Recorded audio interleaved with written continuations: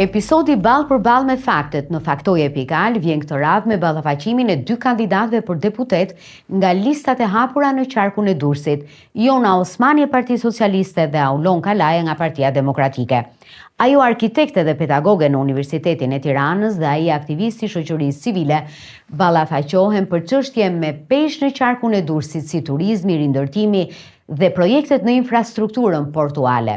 Ky qark do të dërgojë në Kuvendin e Shqipërisë 14 deputet dhe 2 partitë synojnë nga 1 mandat më shumë se në zgjedhjet e shkuara, përkatësisht socialistët 9 dhe demokratët minimalisht 7 mandate.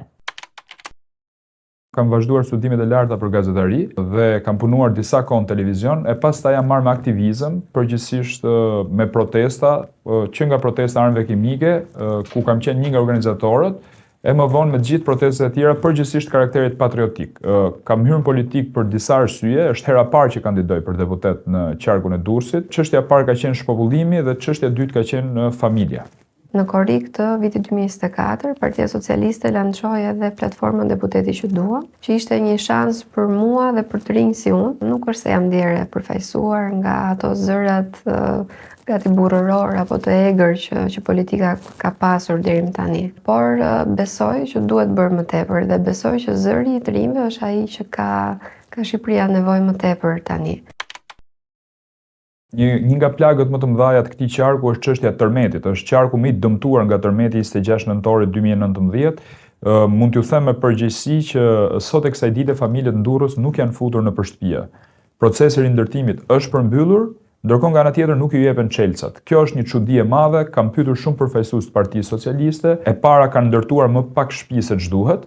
Dhe e dyta, ato që kolaudojnë banesat nuk i kanë firmos letrat për m'ia u dhënë banorëve çelçat e shtëpive në duar. Gjithë qarku Durrës ishte shumë i prekur nga tërmeti. Unë edhe vetë personalisht kam humbur shtëpinë time dhe biznesin e familjes tonë nga tërmeti, kështu që e kam ndjerë këtë fenomen, domethënë në palës, edhe e kam ndjerë te vetja ime. Dhe nëse shohim nga fqinjët tanë, nga Italia në perëndim, ata ende i kanë pasojat e tërmeteve më të fundit shumë të dukshme, ndërsa në Durrës vetëm 5 vite nga tërmeti i vitit 2019, ne kemi rreth mbi 4.000 çelësa banesash të dorëzuara te qytetarët që mbetën pa shtëpi, pa diskutim që shumë të tjerë janë në pritje, por shumica e këtyre banesave dhe objekteve që janë rindërtuar tani më janë në proces kolaudimi, kështu që shumë shpejt edhe familjet e mbetura pa stre, po themi, do të kenë banesat e tyre dhe çatinë e tyre mbi kokë.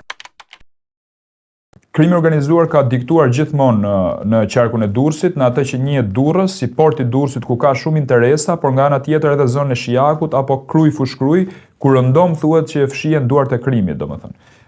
Kini parasysh diçka që në këtë qark vendoseshin deputetët nga krimi organizuar tek Partia Socialiste. Durrësi është vërtet një qark i madh i cili ka pasur edhe ato problematikat e vete për nga çështja e sigurisë. Megjithatë mendoj se reforma në drejtësi e këtyre viteve të fundit dhe fuqia goditëse e instancave shtetërore dhe jo vetëm ndaj këtyre grupeve kriminale ka qenë e lartë. Kështu që unë besoj tek kjo drejtësi e re.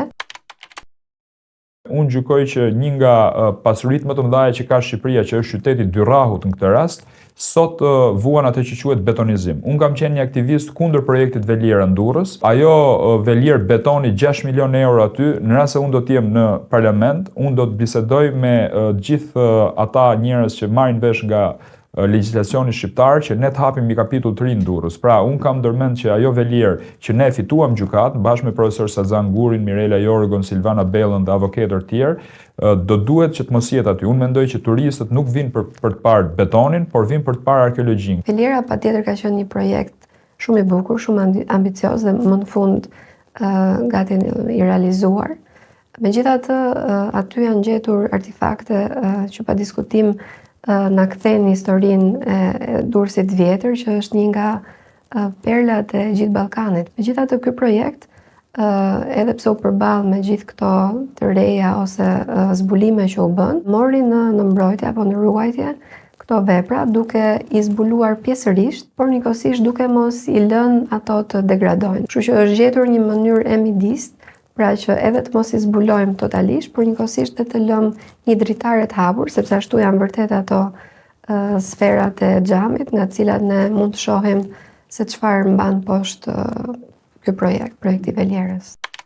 Unë e kam parë me pikpyetje dhe ardhjen e Alabar në Shqipëri, sepse ne jemi vend antar i NATO-s dhe pa diskutim që ai port është pika kruciale. Përzierja e këtyre interesave gjeopolitik në gjykimin tim, kur ne jemi një vend antar i NATO-s dhe Bashkimi Evropian na kontrollon edhe si port, unë gjykoj që ne nuk duhet lidheshim me Alabar në këtë rast. Zhvendosja në fakt e portit ekonomik apo portit tregtar nga aty ku është aktualisht në Porto Romano ka qenë edhe kjo një temë shumë e nxehtë dhe shumë e diskutuar. Porti aktual që ne kemi në Durrës është një port natyral mesdhetar, pra për ne që jemi të profesionit. Dhe pa diskutim që në momentin që është krijuar, në momentin që është përdorur, ka qenë pozicioni më i mirë. Megjithatë, ne synojmë Bashkimin Evropian, po ndërkohë numri i turistëve që vjen këtu është shumë i lartë, importet, eksportet me jashtë janë rritur, kështu që edhe nevojat për të akomoduar këtë numër të ri, qoftë të turistëve, vizitorëve, po edhe të shkëmbimit të madrave shumë e madhe. Kështu që është gjetur hapësira që ky port tregtar të zhvendoset në Porto Romano. Turizmi në Durrës përbëhet përgjithsisht nga turizmi patriotik që quhet, pra janë qytetarë të Kosovës, cilët nuk shkojnë më në Ulqin apo në vende të tjera dhe e shikojnë Shqipërinë si një destinacion edhe për të na bërë nder me qëndrimin e tyre aty. Keni parasysh që Durrësi është lënë pas dore, një nga bregdetet më të mira shqiptar, është lënë pas dore sepse është shkatruar me plan. Është një bregdet i dorës dytë tani më, sepse të gjithë njerëzit priren që të shkojnë drejt jugut. Kjo është një e vërtetë e madhe, po të shikosh dhe po të pyesësh sot familjet e mesme shqiptare apo të larta, askush nuk pushon Durrës. Dhe prandaj Durrësi është në një rrëmuj shumë të madhe. Pa diskutim që ka turizëm, nuk diskutohet fare dhe unë inkurajoj gjithë ata që kanë hapur biznese aty, por turizmi elitar nuk pushon Durrës. Durrësi fokusin e tij pa diskutim që e ka te turizmi dhe deri më tani Durrësi është fokusuar më tepër tek turizmi familjar apo mesatar, sepse tillat ka qenë kushtet, po edhe ndërkohë strukturat mikpritëse kanë pasur këtë lloj standardi dhe këtë lloj cilësie. Kemi ndërtime shumë cilësore dhe resorte që kanë të brendave shumë të njohura ndërkombëtare. Kështu që po bëhet goxha përmirësim në këtë pjesë, por mendoj që Durrës Marina do jetë projekti i cili do të lulëzojë edhe këtë pjesë të turizmit për qytetin tonë. Shqetësimi më i madh kur unë takoj qytetarët është çështja e familjes, që thotë familja shqiptare është e përgjysmuar. Një gjysh më shpjegoi me 2 fjali dramën e shpopullimit. Në vitet 90 kur miku djali nga shtëpia thosha o bobo si miku djali. Ndërkohë tani ju them fëmijëve ikni dhe mos u ktheni më të keqen baba. Ky shëndrim i familjes shqiptare dhe i ndar për gjysmë tani, mendoj unë është plaga më e madhe e dursakëve, e krutanëve dhe të gjithë atij qarkut. Në fakt, një nga problemet kryesore që hasa në fillim të kësaj fushate ishte indiferenca e të rinjve. Shumica nuk donin të shkonin as për të votuar. Dhe duke ulur, duke biseduar me ta, pra duke bërë një punë bindse, shumicën prej tyre kam arritur që t'i bind që të paktën të shkojnë të votojnë. Sepse ata nuk kanë pasur besim te politika në tërësi. Shumica kanë pasur mendjen për t'u larguar apo janë duke parë hapësira për të lëvizur nga vendi. Dhe me thënë drejtën, këtë lëvizje ne nuk e shmangim dot, por ajo që mund të bëjmë është që t'i dëgjojmë, të kuptojnë çfarë nevojash kanë ato dhe mundësitë reale që ata atyre u nevojiten për të qëndruar në vendin tonë. Do t'i përfaqësoj ata tek çështjet më ekzistenciale që kanë të bëjnë me Shqipërinë në këtë rast. Prandaj kërkoj votën dhe besimin atyre dhe unë nuk jam një ushtar rreshti, kam mbajt gjithmonë qëndrimet e mia edhe në raport me Partinë Demokratike dhe du t'ju them edhe nga kjo studio që në rast se Partia Demokratike nuk do t'i mbaj premtimet, sigurisht që unë do jem ai që do mbaj qëndrimet e mia dhe do t'i kërkoj llogari një për gjithë premtimet që ne ju kemi bërë qytetarëve. Në politikë kam hyrë me faqe të bardhë dhe du të dal me faqe të bardhë. Besoj se qytetarët e Durrësit duhet të votojnë mua dhe Partinë Socialiste sepse unë nuk do t'jem vetëm një zë në kuvend i halleve dhe problemeve të tyre, por do t'jem përfaqësuesi i tyre më i mirë. Dhe këtu kam parasysh gratë, sepse gratë dhe nënat e reja, sepse unë tani më jam bërë një nënë e re së fundmi, kam një vajzë të vogël dhe arrita shoh botën ashtu si do doja që ajo t'ishte për fëmijën tim.